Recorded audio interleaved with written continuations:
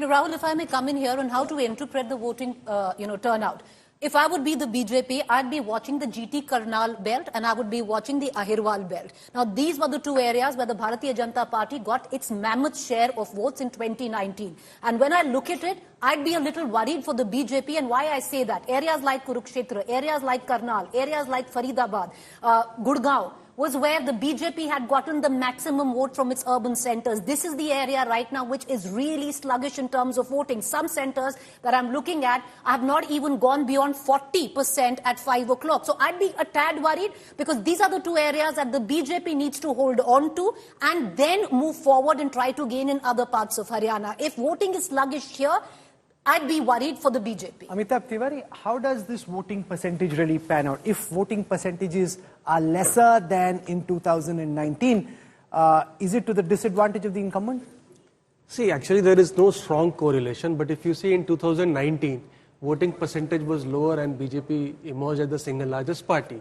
In 2014, voting percentage was high and BJP emerged as the winner. So, because there was an anti-incumbency vote. I agree with Preeti here that the areas where the turnout is lower is your GT road belt and your Ahirwal and Faridabad belt.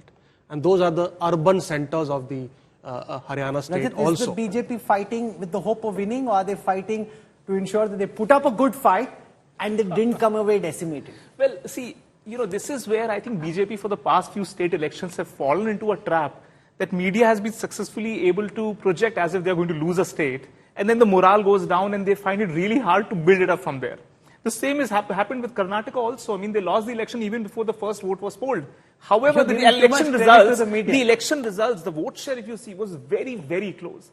And this is what I want to say is that any amount of preemptive discussion around vote share doesn't necessarily project. By the way, this is a 5 p.m. vote share. I believe it is going to go up to 68-69%, which would be same as what we saw in 2019 election. 2014 was an aberration.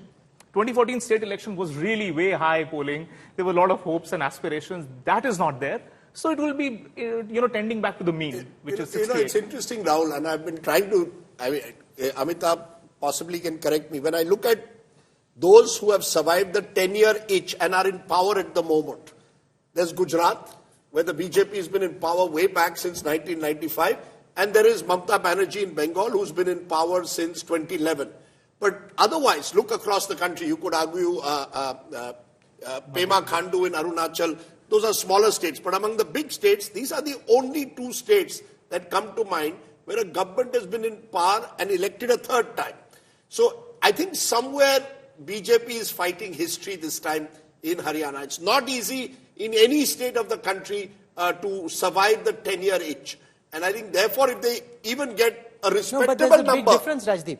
The BJP, if it has a 10-year itch, the Congress is a 5-year itch. Which Congress government has got re-elected? Wherever they've been in power in a state, in 5 years they tend to get voted out. One of the things the BJP is saying, hey, at least we've been in power for 10 solid years here. No, look, Haryana is an interesting exception in a way. You had 10 years of Huda's rule and you had 10 years of the BJP rule.